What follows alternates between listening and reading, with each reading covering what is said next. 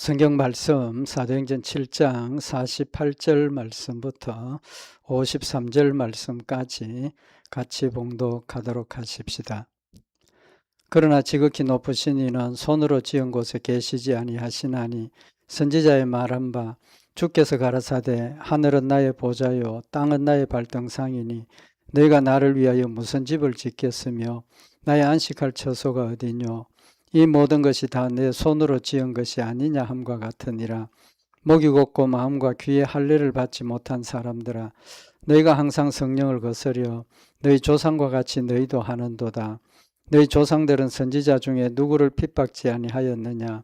의인이 오시리라 예고한 자들을 저희가 죽였고 이제 너희는 그 의인을 잡아준 자요 살인한 자가 되었나니 너희가 천사의 전한 율법을 받고도 지키지 아니하였도다 하니라. 아멘. 우리 지난 시간에 스데반이 하나님께서 이스라엘 백성들에게 율법을 주시고 또 성막을 지어라 하셔서 하나님이 계시는 곳을 그들에게 주시고 솔로몬이 다윗의 유언을 따라서 성전을 건축한 내용을 상고를 했습니다. 거기에 대한 이스라엘 백성들의 생각이 잘못된 것을 지금 지적을 하는 말씀입니다. 이스라엘 백성들이 하나님께서 주신 그 성막을 소중하게 생각하고 그곳에서 하나님을 만나고 또 하나님 계심을 늘 마음에 새겨서 하나님과 교제하고 교통하는 그런 복된 장소로 소유를 했어야 함에도 불구하고 그것이 너무 과하게 되어서 그곳에 하나님이 계시는 곳 이런 생각에 그곳이 하나님처럼 숭배의 대상이 되는 그런 상황이 되어진 겁니다. 그래서 이스라엘 백성들이 성전을 거룩하게 생각을 하고 하나님 주신 목적대로 하나님을 만나고 하나님께 기도하고 또 제사 드리고 하나님의 명을 받는 그런 장소로 훌륭하게 잘 사용을 했으면 큰 축복이 되고 또 은혜가 되었겠지만 그곳을 숭배의 대상이 되는 그런 정도로 성전을 섬기는 이제 그런 잘못된 상황이 되어진 거죠. 그래서 스데반이 바로 그 점을 지금 지적을 하고 깨우쳐 주고 있습니다. 오늘 여기 48절에 보면 그러나 지극히 높으신 이는 손으로 지은 곳에 계시지 아니하시나니 라고 깨우쳐 주고 있습니다. 하나님께서 계시는 집은 어떤 면에서는 상징적인 거죠. 상징적으로 이스라엘 백성들에게 하나님 함께 계시고 또 하나님과 교제하고 교통하고 만나는 그런 처소로 주셨음에도 불구하고 그곳에 진짜 하나님이 계시고 물론 계시지만 천국과 같은 그런 존재로 잘못 이해를 하고 숭배하는 그런 상황이 된 거죠. 그래서 오늘 여기 48절에 보면 그러나 지극히 높으신 이는 손으로 지은 곳에 계시지 아니하시나니 선지자의 말한 바라고 기록을 하고 있습니다. 이스라엘 백성들이 그곳에 하나님이 계신다라고 생각을 하고 그것을 숭배를 하고 있는 잘못된 점을 지금 지적을 하고 있습니다. 여기 48절에 지극히 높으신 이는 손으로 지은 곳에 계시지 아니하신다 라고 표현을 했는데 어떻게 잘못 생각하면 또 그곳에 하나님이 계시지 않는 것처럼 오해할 수 있는 이제 그런 표현이기는 하지만 이스라엘 백성들이 그 성전에 대한 그 개념을 지극히 잘못된 점을 명확하게 지금 밝혀주고 있는 겁니다. 그러면서 무엇과 비교를 해서 이야기를 하느냐 하면 49절에 주께서 가라사대 하늘은 나의 보좌요 땅은 나의 발등상이니 너희가 나를 위하여 무슨 집을 짓겠으며 나의 안식할 처소가 어디뇨. 하나님께서 이스라엘 백성들의 잘못을 지적을 하시면서 성전을 지어라 하시고 성막을 주시면서 이곳에 내가 함께 있다, 이곳에 내가 있다 라고 말씀을 하신 것이 영적인 의미로 하나님께서 말씀하신 것임에도 불구하고 물론 실제로 하나님도 거기에 계시지만 너무 그것을 숭배하는 지금 그들의 잘못을 지적을 하는 겁니다. 그러면 성전하고 하나님께서 만드신 천하 만물하고 비교할 때 어떤 생각이 드느냐는 거죠. 성전에 하나님이 계시는 것처럼 천하 만물이 다 하나님께서 지으신 것이라는 겁니다. 여기 49절에 주께서 가라사대 하늘은 나의 보좌요 땅은 나의 발등상이니 너희가 나를 위하여 무슨 집을 짓겠으며 나의 안식할 처소가 어디뇨. 이 모든 것이 다 내 손으로 지은 것이 아니냐 함과 같으니라 라고 말씀을 하셔서 성전만 하나님께서 만들어라 하시고 그곳에 계시는 것이 아니라 천하 만물을 다 하나님께서 만드시고 창조하신 것이니까 그런 관점에서 보면 하나님께서 지으신 이 모든 곳에 하나님이 계신다는 거죠. 그래서 하나님이 함께 하시며 영적의 의미를 지금 깨우쳐 주고 있는 겁니다. 그 말씀은 하나님은 어디든지 계시는 하나님이시죠. 어디든지 계시는 하나님이십니다. 그러나 하나님께서 우리에게 천국을 명확하게 구별해 주셔서 하나님이 계시는 그 천국을 우리에게 명확하게 하나님과 함께 이제 영원토록 거하는 장소로서 우리에게 밝혀 주신 겁니다. 그래서 하나님은 성전은 건물에 제한적으로 계시는 것이 아니라 어디든지 계시는 하나님이시라는 거죠. 그래서 하늘은 나의 보좌요 땅은 나의 발등상이니 너희가 나를 위하여 무슨 집을 짓겠으며 나의 안식할 처소가 어디냐. 천하 만물이 하나님께서 창조하신 곳이고 성전도 마찬가지로 하나님께서 주신 곳이고 이 모든 것들이 다 하나님의 손으로 지은 것이니까 어디든지 계시는 하나님이시라는 거죠. 결론은 성전이라는 장소에 국한되는 제한적인 하나님이 아니시라는 겁니다. 뿐만 아니라 그 성전을 신성시하고 숭배하는 대상이 아니라는 것을 명확하게 지금 깨우쳐 주시는 말씀인 겁니다. 그래서 그곳은 하나님께서 성도들을 만나는 구별된 장소로서 주신 것이지 숭배의 대상이 아니라는 사실을 말씀을 하고 있는 겁니다. 왜 스데반이 이런 이야기를 하겠습니까? 하나님께서 주신 그 성전과 또 하나님에 대한 믿음의 자세를 명확하게 지금 깨우쳐 주시는 거죠. 그래서 우리의 믿음은 하나님에 대한 믿음과 또 하나님의 말씀에 대한 믿음이어야 한다는 것을 명확하게 깨우쳐 주고 있는 겁니다.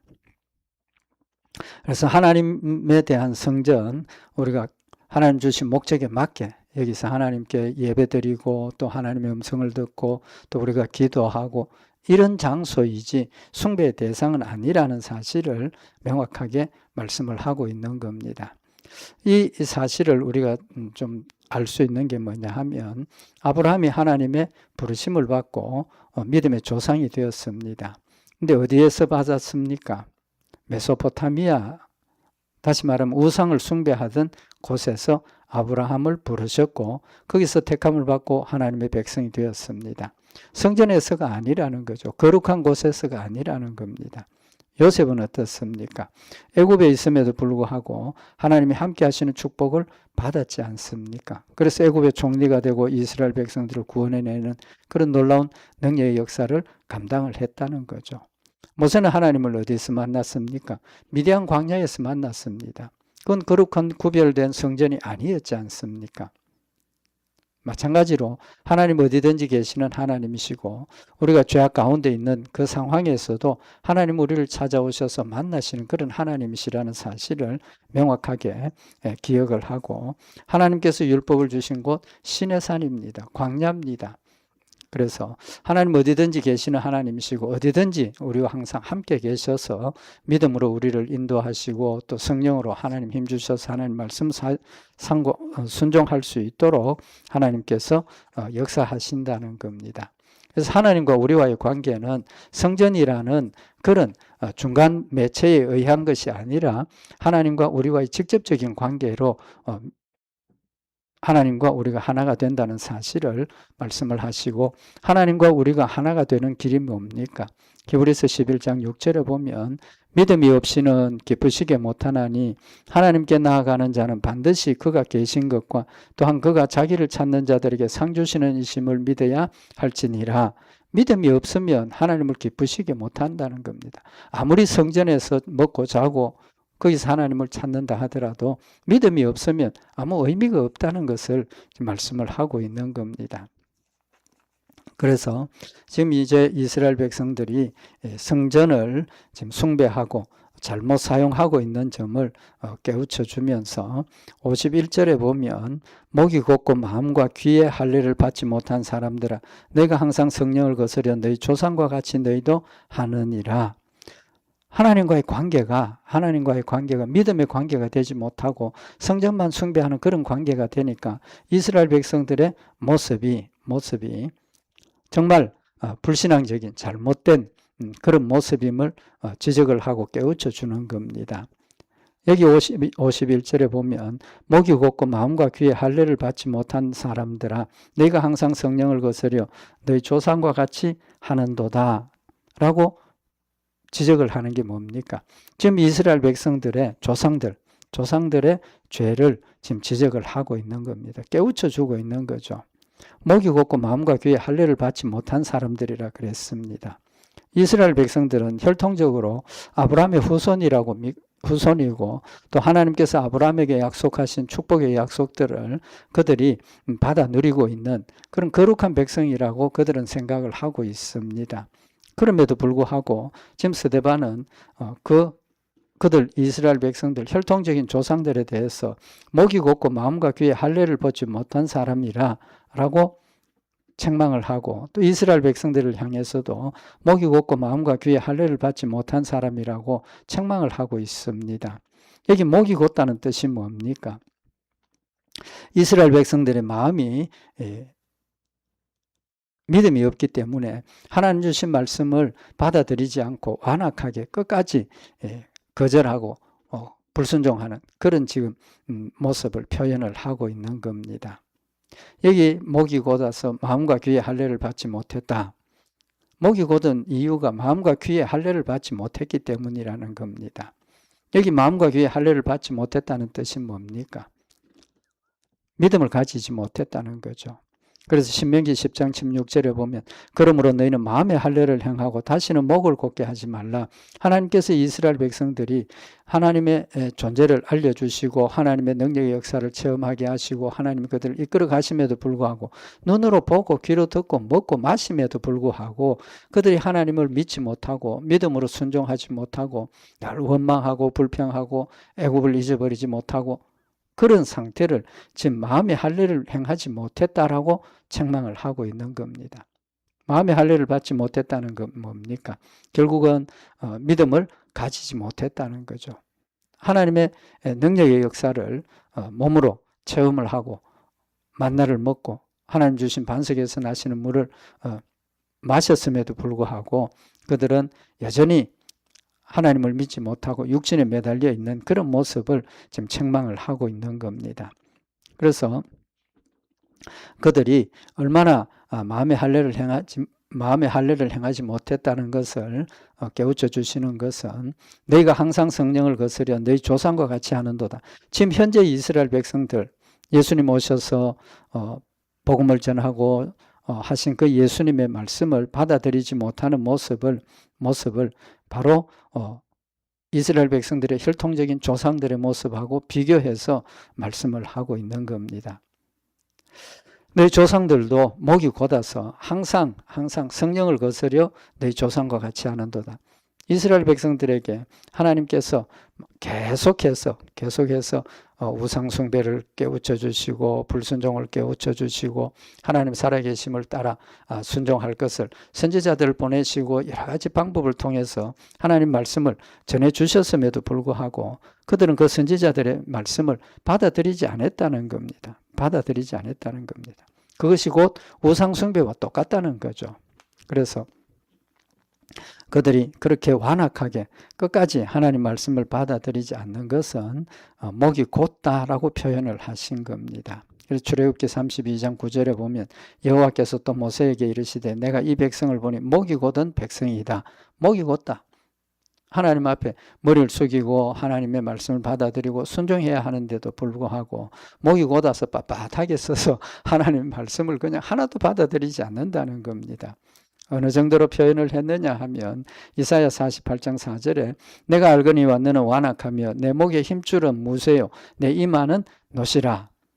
그러므로 내가 이 일을 옛적부터 네게 고하였고 성사하기 전에 그것을 네게 보였느니라. 그렇지 아니하였다면 네 말이 내 신에 행한 바요 내 새긴 신상과 부어 만든 신상에 명한 바라 하였으리라. 이스라엘 백성들이 그 완악한 모습을 지금 표현을 하고 있는 겁니다. 이스라엘 백성들이 마음이 곧아서 목의 힘줄은 무쇠라 그래요. 무쇠는 뭡니까? 움직이지 않죠. 뻣뻣합니다. 절대로 굽혀지지 않습니다. 목의 힘줄이 무쇠라니까 하나님 앞에 머리를 숙이고 경배하고 하나님의 말씀에 겸손히 엎드려서 받아들이고 순종해야 함에도 불구하고 목이 곧아서 하나님 말씀을 전혀 받아들이지 않는다는 겁니다. 이마는 노시라. 이마. 노시 뭡니까? 마찬가지 아닙니까? 하나님께서 깨우쳐 주시고 하나님께서 꾸짖고 하나님께서 징계하시면 두려워하고 머리를 숙이고 받아들여야 함에도 불구하고 그들이 전혀 하나님의 말씀을 받아들이지 않고 그들이 만든 우상을 숭배하고 그들의 뜻대로 행하였다는 겁니다. 그래서 창세기 32장, 출애굽기 32장 8절에도 그들이 내가 그들에게 명한 길을 속히 떠나 자기를 위하여 송아지를 부어 만들고 그것을 숭배하며 그것에게 희생을 드리며 말하기를 이스라엘아 이는 너희를 애굽 땅에서 인도하여 낸 너희 신이라 하였도다. 이스라엘 백성들이 하나님께서 함께 하시고 시내산까지 인도해 오셨고 시내산이 강림하신 하나님을 보여주시고 모세를 불러 올려서 하나님의 율법도 주시고 십계명도 주시고 하나님의 사랑을 그들에게 전해 주심에도 불구하고 모세가 산에 올라갔을 때 그 순간을 기다리지 못해서 우상을 만들고 송아지 우상을 만들고 숭배하고 그 송아지를 하나님이 그들을 이끌어내셨음에도 불구하고 자기들이 만들어 놓은 그 송아지를 앞에 놓고 이스라엘아 이는 너희를 애굽 땅에서 인도하여 낸 너희 신이라. 그 송아지를 향해서 이게 너희를 애굽에서 이끌어낸 신이다라고 이야기를 하면서 하나님의 말씀을 또 하나님을 거부하고 우상을 숭배한 그들의 완악하고 고집스러운 그런 모습을 밝히고 있는 겁니다.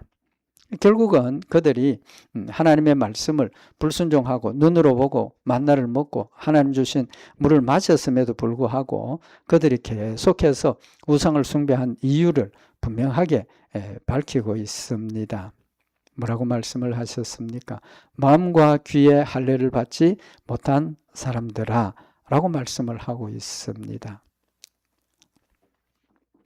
여기 51절에 목이 곧고 마음과 귀에 할례를 받지 못한 사람들아. 목이 곧다. 그 이유는 마음과 귀에 할례를 받지 못했다. 그 말은 무슨 말입니까? 하나님께서 이스라엘 아브라함에게 할례의 약속을 주시고 할례를 행하라 하시면 그들의 마음속에 하나님을 믿고 아브라함에게 주신 약속을 마음에 새겨서 하나님 말씀대로 살겠습니다 하는 뜻을 마음에 새기고 하나님의 약속을 기억하라고 할례를 행하신 것인데 그들이 육신의 할례는 행했지만 마음과 귀에는 할례를 받지 못했다. 할례가 뭡니까? 끊어버린다는 거죠. 끊어버린다. 죄악을 끊어버리고 불신앙을 끊어버리고 이제는 하나님의 약속을 믿고 하나님 말씀대로 순종하겠습니다 하는 그 약속이 할례인데 육신의 할례는 행했지만 마음과 귀에는 할례를 받지 못했다는 겁니다. 마음과 귀에는 할례를 받지 못했다. 그러니까 육신은 거룩한 백성이 되었지만 본질적인 몸, 마음은 전혀 할례를 받지 못하고 옛사람의 모습을 그대로 가지고 있다는 겁니다. 그래서 하나님께서 우리에게 원하시는 것은 육신의 할례가 아니라 마음의 할례를 원하신다는 겁니다. 신명기 30장 6절에 보면 내 하나님 여호와께서 내 마음과 내 자손의 마음에 할례를 베푸사 너로 마음을 다하며 성품을 다하여 내 하나님 여호와를 사랑하게 하사 너로 생명을 얻게 하실 것이다 라고 말씀을 하셨습니다. 그러면 여기 마음과 귀에 할례를 받지 못했다 하는 것은 무슨 말입니까? 하나님께서 우리의 마음과 우리의 자손의 마음에 할례를 베푸신다 그랬는데 마음과 귀에 할례를 받지 못했다는 것은 어떤 뜻입니까? 하나님께서 마음과 귀에 할례를 베풀지 않았다는 뜻이 되지 않습니까? 그 말씀은 뭡니까? 택함받지 못했다는 거죠. 택함받지 못했다는 겁니다. 이스라엘 백성들이 혈통적으로 아브라함의 자손이지만 아브라함의 자손이라고 해서 무조건 다 구원받는 것이 아니라는 겁니다. 아브라함의 자손 중에도 하나님께서 마음과 귀에 할례를 행해 주신 자는 택한 백성들만 하신 일이라는 거죠. 하신 일이라는 겁니다.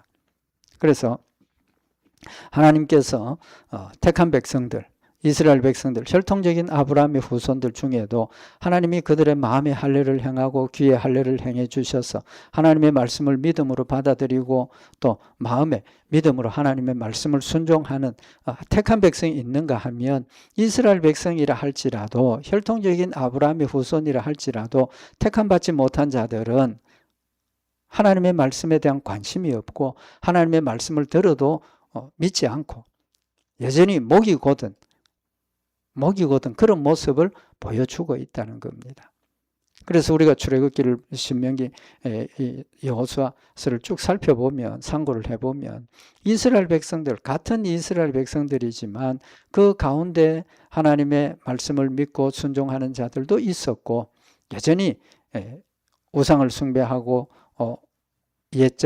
옛날 모습을 버리지 못하는 그런 사람들도 있었고 그래서 이스라엘 백성들이 하나님 앞에 원망하고 불평하고 불순종으로 넘어가는 이유가 이 할례 받지 못한 사람들이 섞여 있어서 그들이 자꾸 원망하고 불평하고 또 불신앙의 행동을 하고 그렇다 보니까 함께 있던 믿음의 택한 백성들조차도 그 영향을 받아서 같이 원망하고 불평하고 불신앙의 행동을 하게 되었더라는 겁니다.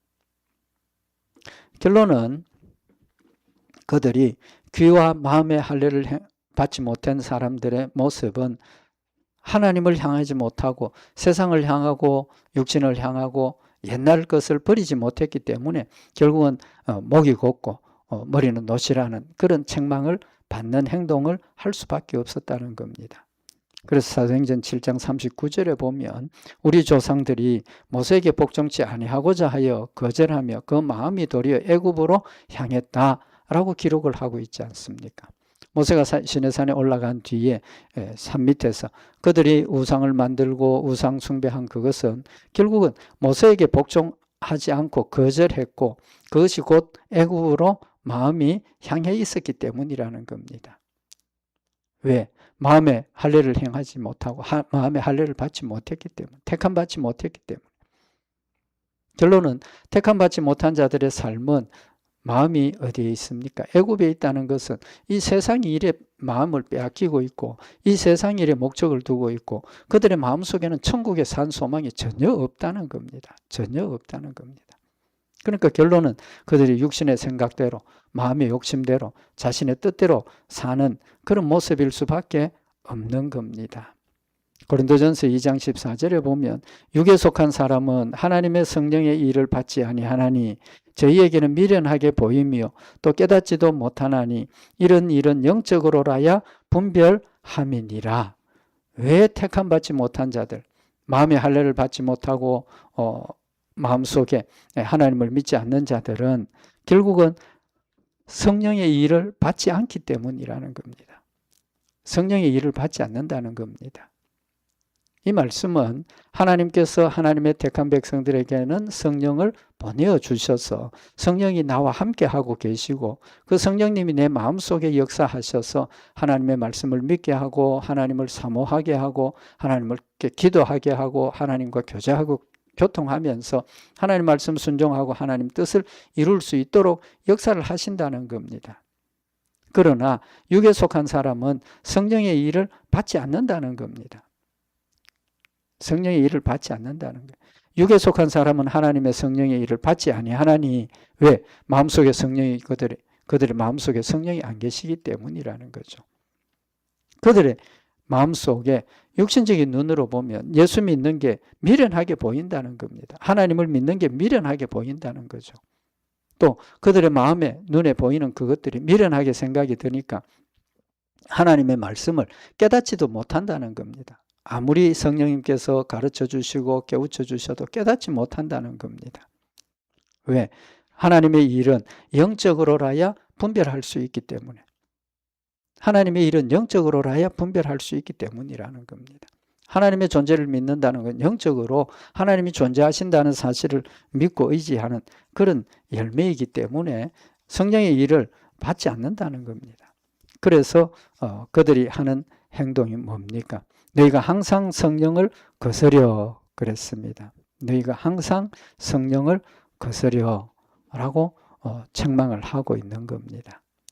그래서 그들의 마음속에 하나님의 말씀을 받아들이지 않고 하나님의 성령의 역사를 인정하지 않으니까 성령을 거스려서 행할 수밖에 없다는 겁니다. 그래서 예수님께서 성령이 보내주실 것을 말씀을 하시면서 마태복음 12장 18절에 보면 보라 나의 택한 종 곧 내 마음에 기뻐하는 바 나의 사랑하는 자로다. 내가 내 성령을 줄 터이니 그가 심판을 이방에 알게 하리라. 하나님께서 우리에게 성령을 주셔서 하나님의 심판을 믿지 않는 자들에게 알리게 하신다는 겁니다. 알리게 하신다. 그러나 그들이 그 말씀을 받아들이지 않는다는 거죠. 왜? 그들의 마음속에 성령이 없기 때문이라는 겁니다. 그래서 성령이 보내주셔서 하시는 일이 요한복음 14장 26절에 보면 보혜사 곧 아버지께서 내 이름으로 보내실 성령 그가 너희에게 모든 것을 가르치시고 내가 너희에게 말한 모든 것을 생각나게 하시리라. 성령님 오셔서 하시는 핵심적인 일이 예수님께서 우리에게 하신 그 말씀들을 하신 것을 가르쳐 주신다는 겁니다. 가르쳐 주신다는 거예요. 믿지 않는 자들의 마음속에는 성령이 없으니까 하나님이 가르쳐 주시지 않는다는 거죠. 또 내가 너희에게 말한 모든 것을 생각나게 하시리라. 성령님께서 내 마음속에서 역사하셔서 하나님의 말씀을 생각나게 하신다는 거죠. 기억하게 하신다는 겁니다. 대표적인 예가 뭡니까? 베드로에게 예수님께서 잡히시기 직전에 네가 나를 3번 부인할 거다. 미리 말씀을 하셨습니다. 왜 말씀을 하셨습니까? 베드로가 3번 부인할 것을 아셨고 또 베드로를 사랑하기 때문에 3번 부인한 것을 회개하고 돌이키도록 하기 위해서 예수님께서 말씀을 하신 거죠. 그래서 베드로가 정말 3번 예수님을 부인을 했는데 예수님 부인 3번 하는 그 순간에 예수님 말씀하신 대로 새벽 닭이 우는 소리를 듣고 베드로의 마음속에 예수님 하신 말씀이 기억이 났다는 거죠. 기억이 났다는 겁니다. 그때 베드로는 나는 정말 내가 죽는 데까지 예수님 따라가겠습니다 했는데 내가 결국은 예수님 말씀처럼 3번 나는 부인한 사람이 되었구나. 자신의 죄를 깨닫고 나가서 회개하고 자복하고 돌이키는 그런 믿음의 역사를 이루었다는 거죠. 누구의 역사입니까? 성령님의 역사라는 거죠. 또 요한복음 15장 26절에 보면 내가 아버지께로서 너희에게 보낼 보혜사 곧 아버지께로서 나오시는 진리의 성령이 오실 때에 그가 나를 증거하실 것이다. 성령님 하시는 핵심적인 일이 뭡니까? 우리에게 예수 그리스도를 증거하신다는 것. 증거가 뭡니까? 믿음을 가질 수 있도록 증명해 주신다는 거죠. 믿음을 가지게 하신다는 겁니다. 그래서 진리의 성령이 오셔서 우리의 마음속에 예수님을 믿는 믿음을 가지게 하신다는 겁니다. 우리의 마음에, 우리의 귀에 할례를 행해 주셔서 죄악된 것을 다 벗어버리고 하늘나라의 영광을 깨닫게 하시고 알게 하시고 믿게 하시는 역사를 하신다는 겁니다. 그래서 이 모든 일들의 결과가 요한복음 16장 13절에 보면 그러하나 진리의 성령이 오시면 그가 너희를 모든 진리 가운데로 인도하시리니 그가 자의로 말하지 않고 오직 듣는 것을 말하시며 장래 일을 너희에게 알리시리라 라고 말씀을 하셨습니다. 진리의 성령이 오시면 우리를 진리 가운데로 인도하신다는 겁니다. 진리 가운데로 인도한다. 그 인도하는 구체적인 것이 가르쳐 주시고 말씀을 생각나게 하시고 또 예수를 믿게 하신다는 사실을 지금 말씀을 하고 있는 겁니다.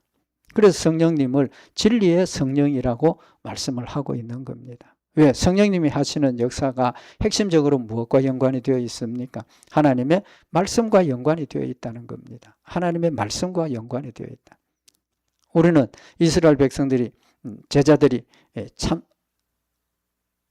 경험했던 그런 일들을 우리 직접 체험을 하지 못합니다. 할 수도 없고 하지도 못합니다. 그렇지만 우리는 제자들이 체험했던 그 일들을 뭘 통해서 하나님의 말씀을 통해서 우리도 직접 체험하는 것과 같은 그런 믿음을 가지게 한다는 거죠. 누가 하시는 겁니까? 성령님께서 하신다는 겁니다. 그래서 성령님께서 오셔서 우리의 모든 일들을 미리 가르쳐 주시고 또 과거의 일들을 믿게 하시고 또 앞으로 되어질 일들을 믿게 하신다는 겁니다. 그래서 이런 믿음을 가지게 하신 것은 우리에게 뭘 증거하시는 겁니까? 하나님의 택한 백성이라는 것을 증명해 주시는 거라는 거죠.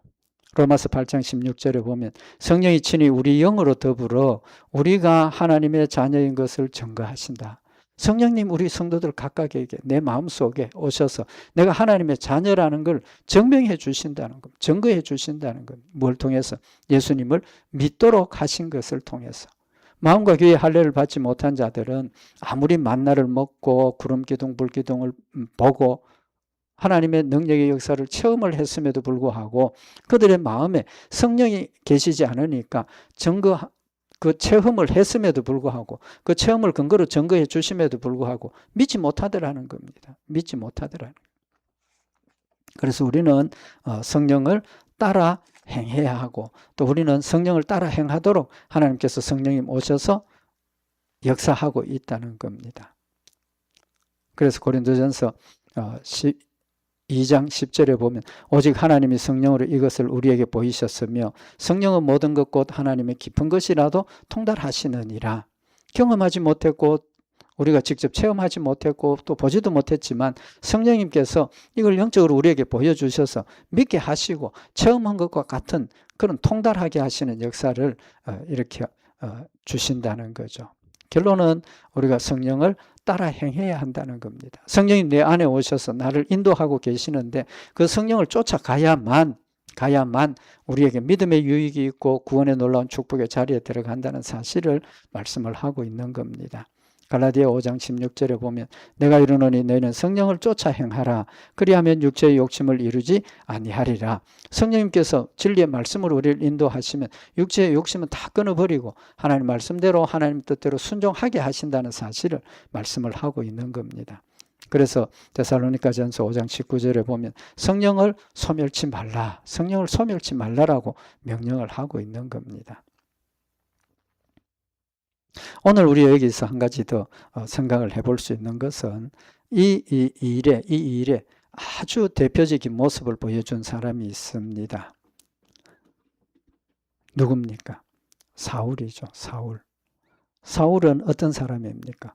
변해서 하나님의 말씀을 열심히 전하고 죽기까지 순종하는 그런 사람이 되어졌는데 사울은 예수 믿기 전에는 제일 앞장서서 예수 믿는 자들을 핍박하고 교회를 핍박했던 사람입니다. 그런데 오늘 여기 지금 스데반이 증거하는 이 스데반은 사울이 스데반이 순교하는 자리에 증인이 되었던 사람입니다. 증인이 되었던 사람입니다. 사도행전 7장 55절에 스데반의 성령이 충만하여 하늘을 우러러 주목하여 하나님의 영광과 및 예수께서 하나님 우편에 서신 것을 보고 말하되 보라 하늘이 열리고 인자가 하나님 우편에 서신 것을 내가 보노라 라고 지금 증거를 하고 있고 이 자리에 누가 있었습니까? 사울이 있었어요. 근데 오히려 이 스데반이 돌에 맞아 죽는 일에 증인이 되었지 않습니까? 증인이 되었습니다. 그래서 이 순간에는 스데반의 마음속에 성령이 찾아오시지 아니했기 때문에 아직도 마음과 귀의 할례를 받지 못했기 때문에 그 바울을 죽이는 이 사울을 죽이는 일에 증인이 되는 그런 모습이었습니다. 성령 임하기 전과 후의 모습이 전혀 다름을 우리에게 명확하게 보여주고 있는 겁니다. 스데반이 그 자리에서 사울의 복음 전하는 것을 들었지만 아직 그의 마음에 할례를 받지 못했기 때문에 정인으로서 사울을 순교하게 하는 일에 나섰다는 거죠. 그 모습이 누구의 모습입니까? 너희 조상과 같이 너희도 하는도다. 이스라엘 백성들이 아브라함의 후손으로서 택한 백성이 거룩한 백성 스스로 우리는 선민이다라고까지 자부심을 가지고 있는 그들이었지만 그들의 마음속에 성령의 역사가 일어나지 못하고 그들이 예수님을 믿지 못하니까 오히려 그것이 악이 되고 오히려 그것이 더 적극적으로 하나님의 일을 방해하는 그런 성령의 역사를 소멸하고 대적하는 열매가 되었다는 겁니다.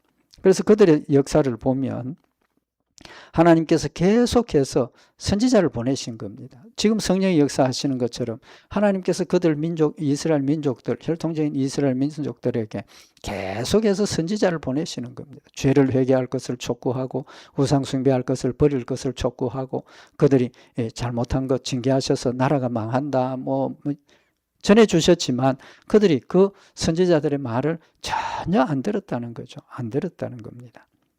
그래서 역대하 24장 19절에 보면 그러나 여호와께서 선지자를 저에게 보내사 다시 자기에게로 돌아오게 하려 하시매 선지자들이 저에게 경계하나 듣지 아니하니라.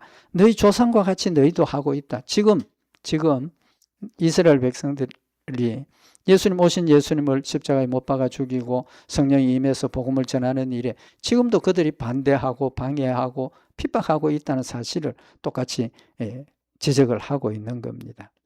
스가랴서 7장 11절에 보면 그들이 청종하기를 싫어하여 등으로 향하며 듣지 아니하려고 귀를 막았다. 심지어 귀를 막기까지 했다는 겁니다.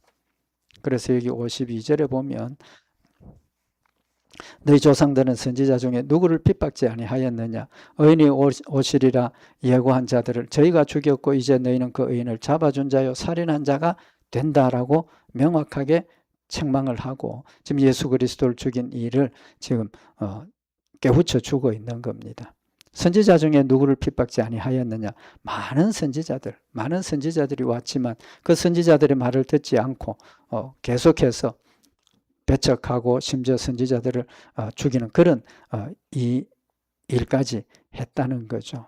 예레미야 18장 18절에 보면 예레미야가 하나님의 말씀을 전하는 일에 그들이 말하기를 오라 우리가 꿰어내어 예레미야를 치자. 제사장에게서 율법이 지혜로운 자에게서 모략이 선지자에게서 말씀이 끊어지지 아니할 것이니 오라 우리가 혀로 그를 치고 그의 아무 말에도 주의치 말자. 예레미야가 이스라엘 백성들의 죄를 지적하고 회개할 것을 촉구하는데 받아들이지 않고 오히려 그들은 예레미야를 죽이려고 한다는 거죠. 그러면서 우리에게 제사장에게 율법이 있고 지혜로운 자에게 모략이 있고 그러니까 선지자에게 예레미야 선지자의 죄 지적을 듣지 말자라고 작정을 하고 예레미야 20장 2절에 보면 이에 봐서 우리 선지자 예레미야를 때리고 예레미야의 집 베냐민의 윗문에 있는 착고에 채웠다. 예레미야를 선지자를 책망하고 선지자를 반대하고 핍박했던 그런 내용을 이야기를 하면서 의인이 오시리라 예고한 자들을 저희가 죽였고 이제 너희는 의인을 잡아준 자요 살인한 자가 되었다. 이스라엘 백성들이 오신 예수님을 십자가에 못 박아 죽인 그 일을 선지자 예레미야 하나님 보내신 선지자들 핍박하고 죽이려고 했던 것처럼 이제 예수님 보내신 것을 내가 잡아서 십자가에 죽였다라고 정확하게 책망을 하고 지적을 하면서 회개할 것을 지금 촉구하고 있는 겁니다. 이제 너희는 그 의인을 잡아준 자요 살인한 자가 되었다. 예수님을 죽인 그 일이 그들의 조상이 하나님 보내신 선지자들을 잡아서 죽이고 배척하고 완악했던 것처럼 똑같은 그런 상황임을 깨우쳐서 회개하기를 촉구하고 있는 사실을 기록을 하고 있습니다. 우리는 너무나 감사하고 축복되게도 하나님께서 우리의 몸과 마음을 거룩하게 하시고 우리 마음에 할례를 행해 주시고 예수를 믿게 하셨습니다. 하나님 주신 이 말씀 늘 마음에 새겨서 성령님 내 안에서 역사하시고 이끌고 인도하심을 우리 늘 깨달아서 하나님 말씀대로 순종하며 하나님의 뜻을 이루는 복되고 아름다운 성도들과 교회가 되기를 원합니다. 기도드리십시다.